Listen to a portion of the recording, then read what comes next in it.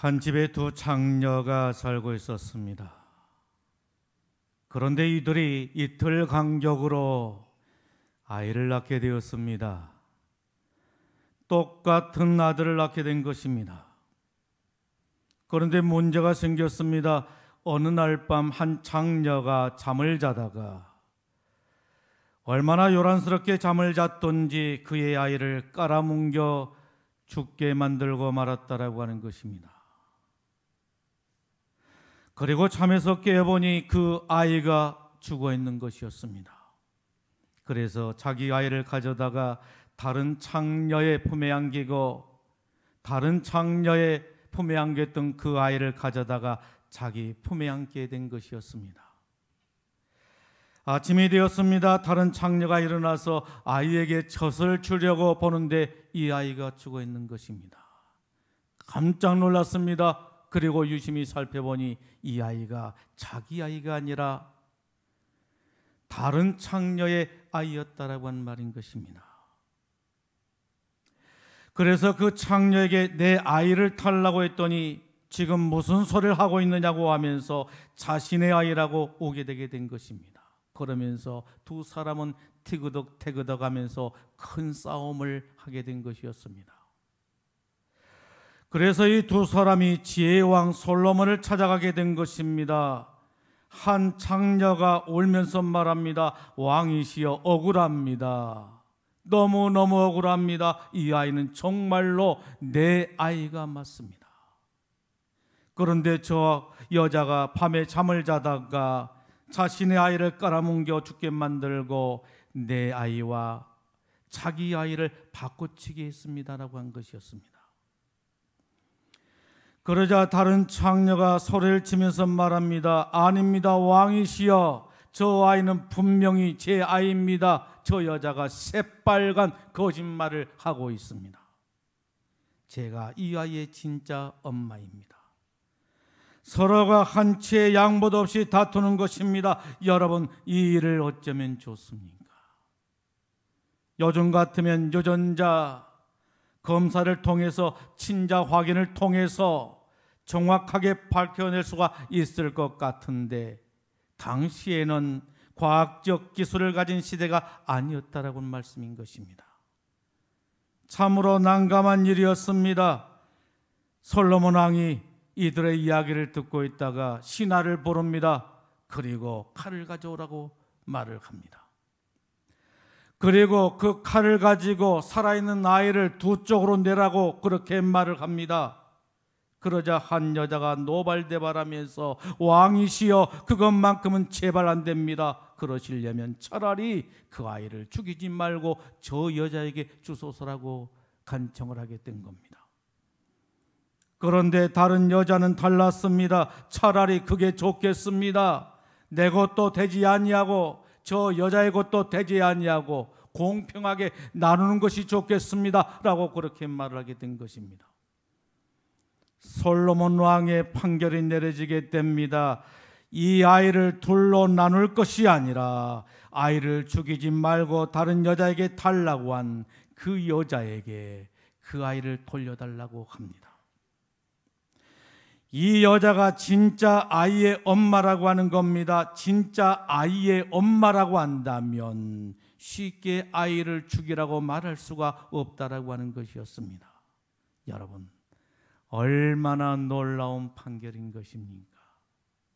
솔로몬 왕의 이러한 지혜로운 판결에 사람들은 감탄을 금할 길이 없었다라고 하는 것입니다. 여러분, 솔로몬 왕의 이 지혜를 저와 여러분들이 가진다면 얼마나 좋겠습니까? 오늘 이 솔로몬의 지혜가 오늘 저와 여러분들에게도 동일하게 임하기를 예수님의 이름으로 축복합니다. 여러분, 그런데 이런 솔로몬 왕의 지혜가 어디서 나온 것이었습니까? 하나님이셨던 것입니다. 하나님께로부터 이 지혜가 솔로몬에게 임하게 된 것이었습니다. 열왕기상 3장 28절에 말씀하십니다. 이는 하나님의 지혜가 그 속에 있어 판결함을 범이르라 라고 말씀하고 있는 것을 볼 수가 있습니다. 여러분, 하나님의 지혜가 누구 속에 있었다라고 하는 것입니까? 솔로몬인 것입니다. 솔로몬 속에 하나님의 지혜가 임했다라고 하는 말씀인 것입니다. 솔로몬의 지혜, 그 지혜는 바로 하나님의 지혜였던 것입니다. 여러분, 솔로몬은 어떻게 해서 이 고귀한 지혜를 얻을 수가 있었을까요? 솔로몬 왕이 일천번제를 드리게 되었습니다. 하나님을 경외하는 마음으로 하나님 앞에 일천번제를 드리게 된 것입니다. 여러분, 일천번제가 무엇입니까? 일천번제는 1,000마리의 희생의 제물을 하나님께 드리며 제사를 드렸다라고 하는 것입니다. 여러분, 상상해 보십시오. 얼마나 거대한 제사를 하나님께 올려드린 일이었습니까? 하나님께서 솔로몬의 1,000번제를 보시고 감동하시게 된 것입니다. 솔로몬 왕의 신앙심을 보고 하나님께서 감동하셨다라고 하는 것입니다. 그래서 기브온에서 솔로몬이 잠을 자고 있는데 하나님께서 솔로몬의 꿈에 나타나셔서 솔로몬아, 솔로몬아, 내 소원이 무엇이냐? 내가 원하는 것이 무엇이냐? 그것을 구하라고 말씀하시게 된 것이었습니다. 여러분, 우리는 어떻게 신앙생활을 해야 되는 것입니까? 저와 여러분들은 어떻게 신앙생활을 해야 되는 것일까요? 그냥 의무감 때문에 교회를 왔다 갔다 하는 그런 신앙입니까? 아닙니다. 하나님의 마음에 감동을 줄 수 있는 그런 신앙생활이 되어져야 하는 것입니다. 솔로몬 왕처럼 하나님의 마음을 감동시킬 수 있는 그런 신앙생활이 되어야 된다라고 하는 말씀인 것입니다. 이것이 바로 저와 여러분들에게 능력이 되고 축복이 되는 줄로 믿습니다. 그랬더니 솔로몬이 무엇을 구하게 되었습니까? 주의 백성을 재판하여 선악을 분별할 수 있는 지혜를 달라고 간구하게 되었던 것입니다. 주의 백성을 재판하여 선악을 분별하는 지혜를 주옵소서. 장수를 구하는 게 아니었습니다. 건강에 오래오래 살게 해달라고 장수를 구하는 것이 아니었습니다. 부를 구하는 것도 아니었습니다. 잘 먹고 잘 입고 잘 살게 해달라고 부를 구하는 것도 아니었습니다. 주의 백성을 재판하여 선악을 분별한 지혜를 달라고 구하게 되었던 것입니다. 여러분, 이 말씀을 깊이 생각해 보십시오. 솔로몬의 마음속에 어떤 마음이 있었습니까? 늘 하나님의 거룩하신 뜻을 이루고자 하는 그런 마음이 있었던 것입니다. 내 백성이 아닙니다. 주의 백성이라고 그렇게 말합니다. 주의 백성을 재판하여 선악을 분별하는 지혜를 달라고 간구하게 된 것이었습니다. 하나님께서 솔로몬의 기도를 들으시고 솔로몬의 간구를 들으시고 너무너무 흡족해 하셨다라고 하는 것입니다. 너무너무 기뻐하신 것입니다. 하나님의 마음에 쏙 맞는 그러한 간구를 하게 된 것입니다. 그래서 하나님께서 솔로몬에게 지혜로운 마음과 총명의 마음을 주시게 되었다라고 하는 말씀인 것입니다. 주님께서는 야고보서 1장 5절에 이렇게 말씀하십니다. 너희 중에 누구든지 지혜가 부족하거든 모든 사람에게 후히 주시고 꾸짖지 아니하시는 하나님께 구하라 그리하면 주시리라 라고 말씀하고 있는 것을 볼 수가 있습니다. 여러분, 지혜가 부족하거든 어떻게 하라고요? 구하라고 하는 것입니다. 구하면 어떻게 하시겠다라고 하는 것입니까? 주시겠다라고 하는 말씀인 것입니다. 구하면 주시는 것입니다. 여러분, 지혜가 부족하십니까? 그렇다라고 한다면 구하십시오. 지혜의 원천 되신 하나님께 구하십시오. 그리하게 되면 하나님께서 솔로몬에게 지혜와 총명을 허락해 주셨던 것처럼 저와 여러분들에게도 동일하게 지혜와 총명을 허락해 주실 줄로 믿습니다. 여러분, 기도가 뭡니까? 기도가 뭐예요? 기도는 지혜를 얻는 통로인 것입니다. 기도는 지혜를 얻는 통로인 것입니다. 그러므로 무슨 일을 하든지 기도보다 앞장서서는 안 된다라고 하는 말씀인 것입니다. 기도보다 앞서는 것이 있어서는 안 되는 것입니다. 하나님보다 앞서서는 안 된다라고 하는 말씀인 것입니다. 여러분, 진정으로 지혜를 얻고 싶습니까? 그렇다면 중요한 게 있습니다. 그 중요한 것이 바로 무엇입니까? 지혜의 근원이 무엇인지를 알아야 되는 것입니다. 여러분, 지혜의 근원이 무엇이라고 생각을 하십니까? 오늘 주님께서는 성경을 통해서 지혜의 원천이 무엇이라고 말씀하고 있는 것입니까? 오늘 말씀에 보게 되면 위로부터 난다라고 말씀하고 있는 것을 볼 수가 있는 것입니다. 17절에 말씀합니다. 오직 위로부터 난 지혜는, 이렇게 말씀하고 있는 것을 봅니다. 여러분, 참된 지혜는 어디서 난다라고 하는 것입니까? 위로부터 난다라고 하는 것입니다. 여러분, 위로부터 난다라고 하는 것은 무엇을 의미하는 것입니까? 여기에는 세 가지 의미를 가지고 있다라고 하는 말씀인 것입니다. 첫 번째는 하나님께로부터 난다라고 하는 의미인 것입니다. 참된 지혜는 하나님께로부터 난다라고 하는 말씀인 것입니다. 참된 지혜는 하나님께로부터 난 것입니다. 지식은 책이나 인터넷을 통해서 우리가 얼마든지 얻을 수가 있습니다만은 지혜는 하나님께로부터 온다라고 하는 말씀인 것입니다. 이 지혜는 세상이 흉내낼 수 없는 완전한 지혜라고 말할 수가 있는 것입니다. 여러분, 위로부터 난다는 말의 의미가 무엇입니까? 성령님으로부터 난다라고 하는 것입니다. 참된 지혜는 성령님으로부터 난다라고 하는 것입니다.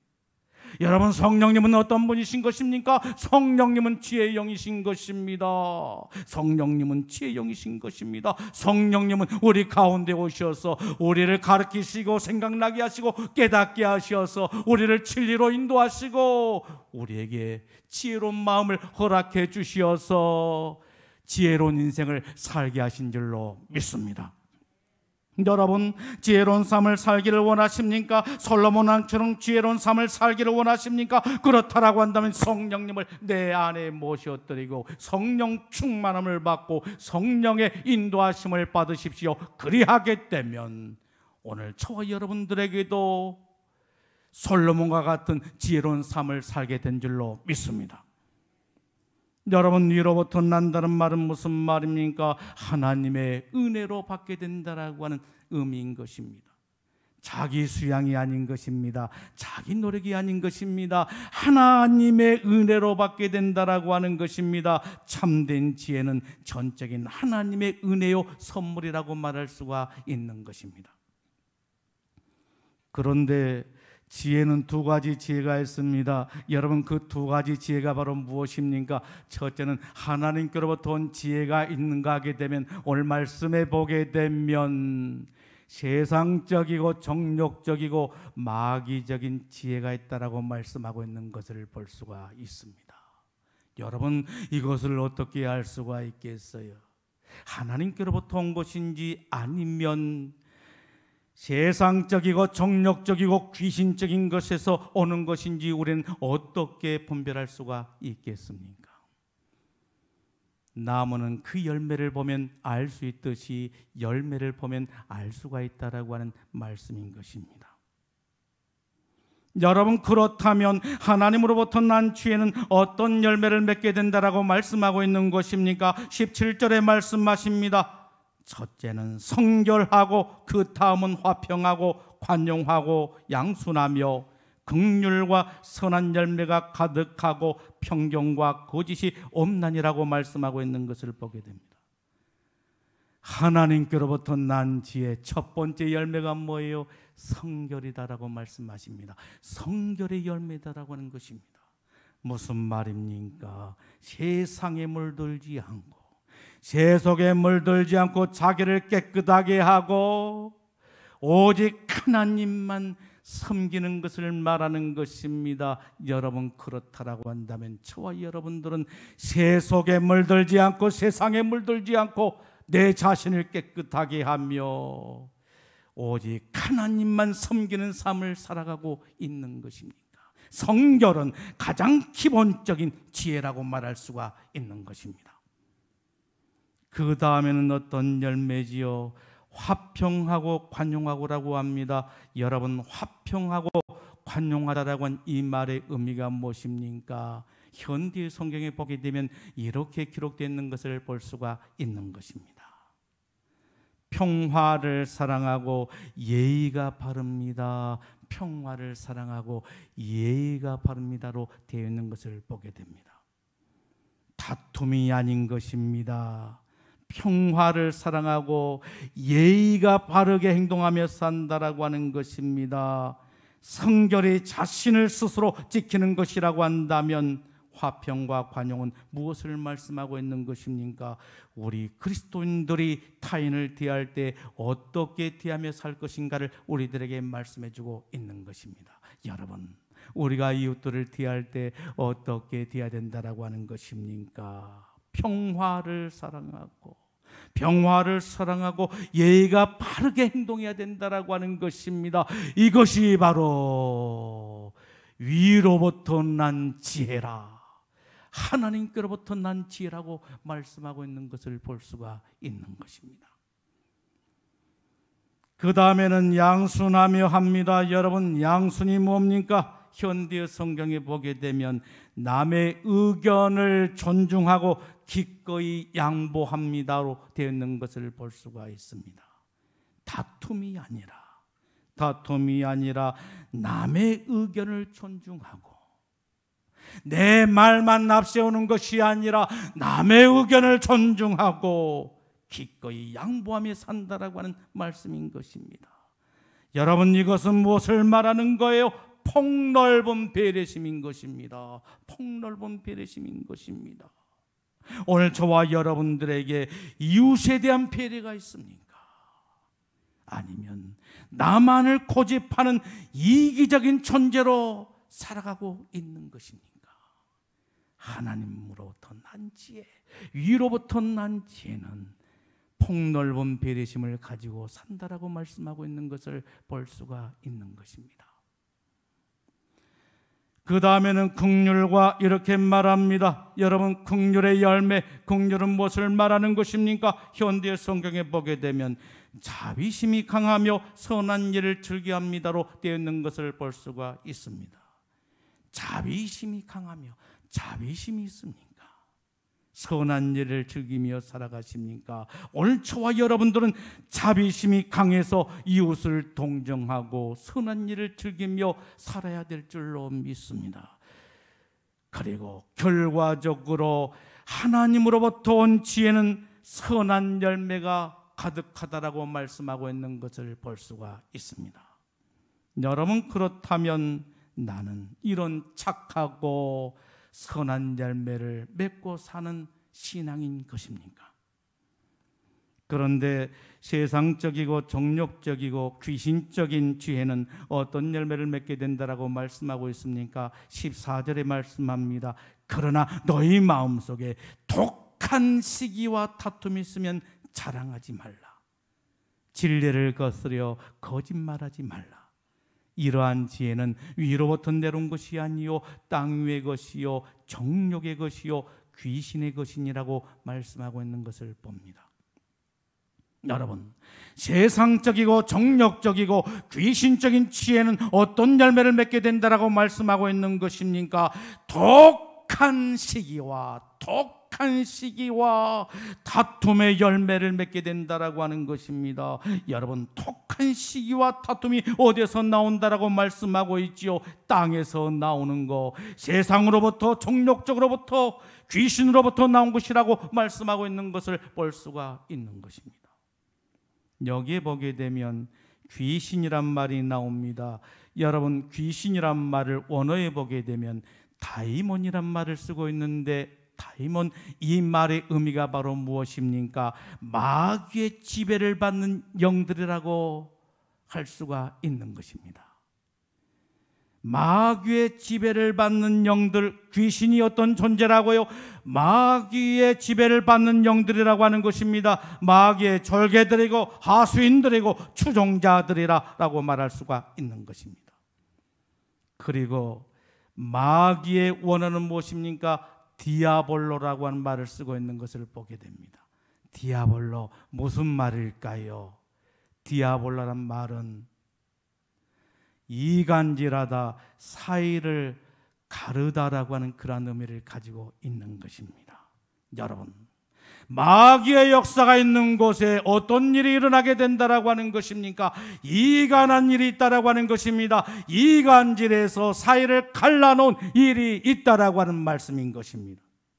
여러분, 우리가 마귀의 역사를 극복하지 못하면 우리의 삶의 현장에 어떤 일이 일어나게 되는 것입니까? 부부 사이가 갈라지게 된다라고 하는 것이고, 부모 자식 간의 사이가 갈라지게 된다라고 하는 것이고, 목사와 성도 간의 사이가 갈라지게 된다라고 하는 말씀이요, 성도와 성도 사이의 사이가 갈라지게 된다라고 하는 말씀인 것입니다. 인간관계가 깨지고야 만다라고 하는 말씀인 것입니다. 여러분, 이 현장에 누가 일하고 있다라고 하는 거예요? 이 현장에 누가 일하고 있다라고 하는 것입니까? 인간관계가 깨어지는 이 현장에 누가 일하고 있다라고 하는 것입니까? 귀신들인 것입니다. 마귀들인 것입니다. 시기와 다툼의 영들인 마귀 귀신들이 일하고 있다라고 하는 말씀인 것입니다. 귀신들이 보이지 않는 가운데 우리의 마음을 충동질해서 이간질시키게 되고, 그래서 서로가 나누게 만든다라고 하는 것입니다. 사이를 갈라놓게 만든다라고 하는 그러한 말인 것입니다. 우리는 이 영적인 비밀을 알아야 하는 것입니다. 그리고 결코 우리는 사단 마귀 귀신들에게 속아 넘어가서는 안 되는 것입니다. 그러므로 독한 시기와 다툼이 있으면 무엇을 하지 말라라고 말씀하고 있지요? 자랑하지 말아라. 자랑하지 말아라. 왜 자랑하지 말라라고 말씀하십니까? 16절에 말씀하십니다. 그곳에는 혼란과 모든 악한 일이 있습니다. 혼란과 악한 일이 그 안에 있다라고 하는 말씀인 것입니다. 옛말에 사촌이 돈을 사면 배가 아프다라고 하는 말이 있습니다. 여러분, 사촌이 돈을 사면 얼마나 좋은 일입니까? 사촌이 돈을 사게 되면 얼마나 기쁘고 즐겁고 축하해 줄 만한 그런 일입니까? 그런데 왜 배가 아프지요? 왜 배가 아픈 것입니까? 그런데 요즘에는 배만 아픈 것이 아니다라고 하는 것입니다. 그 말을 듣는 순간, 사촌이 돈을 샀다라고 하는 그 말을 듣는 순간 그 자리에서 설사를 내버리고 만다는 것. 배만 아픈 것이 아니라 설사를 주룩주룩, 새벽비가 주룩주룩 하듯이 설사를 주룩주룩 해버리고 만다라고 하는 것. 그것으로 끝나는 것이 아니라 사촌을, 심지어는 형제간을 남보듯이 하면서 살게 된다라고 하는 것입니다.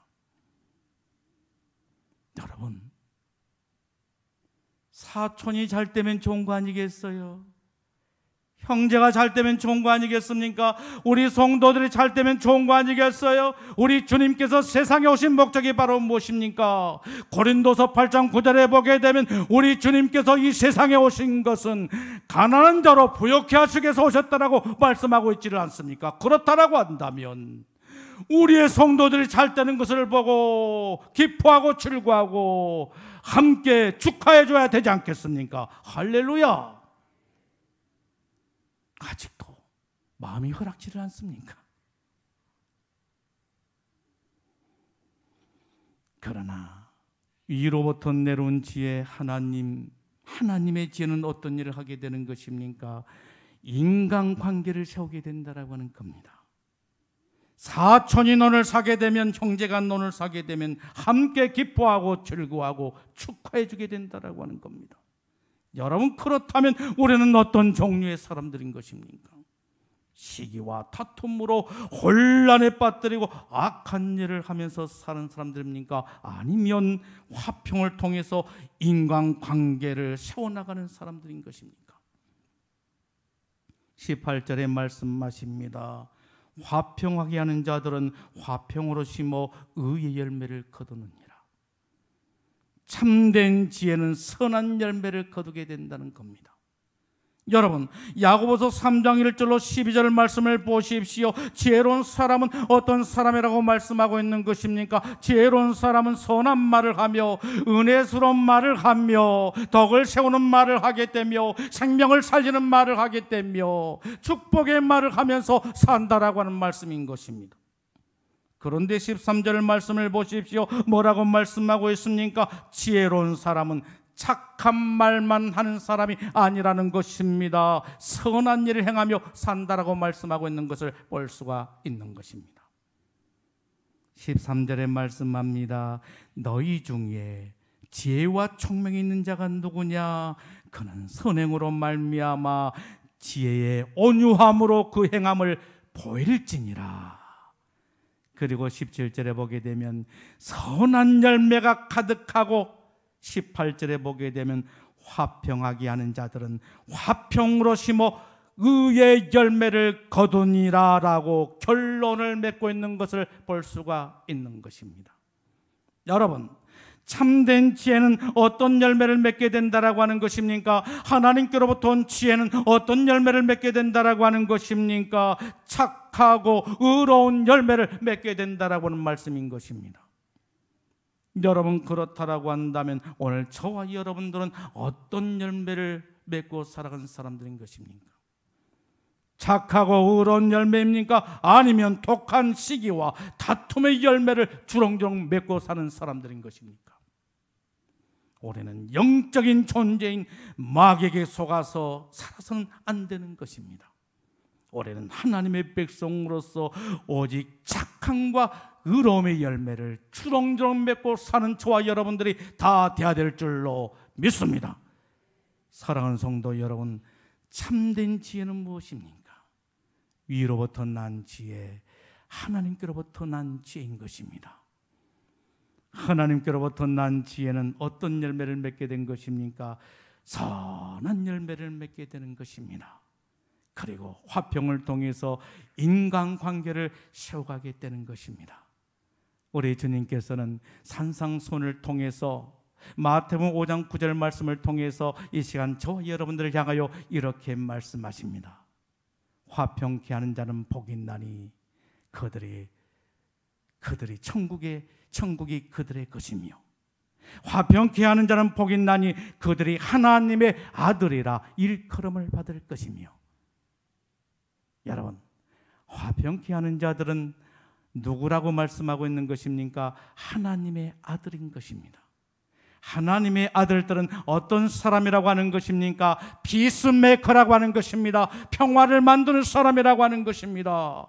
다툼을 일으키고 독한 시기에 빠져 사는 사람이 아니라 화평을 만들면서 사람과 사람 사이를 세워가는 사람들이라고 하는 것입니다. 하나님의 백성들이 있는 그 삶의 현장을 평화의 장소로 만들어가는 사람들이라고 말할 수가 있는 것입니다. 여러분들이 여러분들의 가정에 들어가게 되면 여러분 때문에 여러분들의 가정이 평화의 장소가 되어지게 된 줄로 믿습니다. 직장에 나가게 되면 직장에서 여러분 때문에 여러분들의 그 직장이 평화로운 공동체가 되어지게 되는 줄로 믿습니다. 여러분들이 있는 그곳이 바로 평화의 장소가 되기를 예수님의 이름으로 축복합니다. 사랑하는 성도 여러분, 오늘 주님께서는 우리들에게 평화를 만드는 사람이 되라고 말씀하고 계신 줄로 믿습니다. 세상적이고 정욕적이고 귀신적인 그러한 지혜가 아닌, 독한 시기와 다툼이 아닌 하나님의 아들로 이 땅의 평화를 사랑하고 평화를 만들어가는 저와 여러분들의 삶이 되기를 예수님의 이름으로 축원합니다. 기도하겠습니다.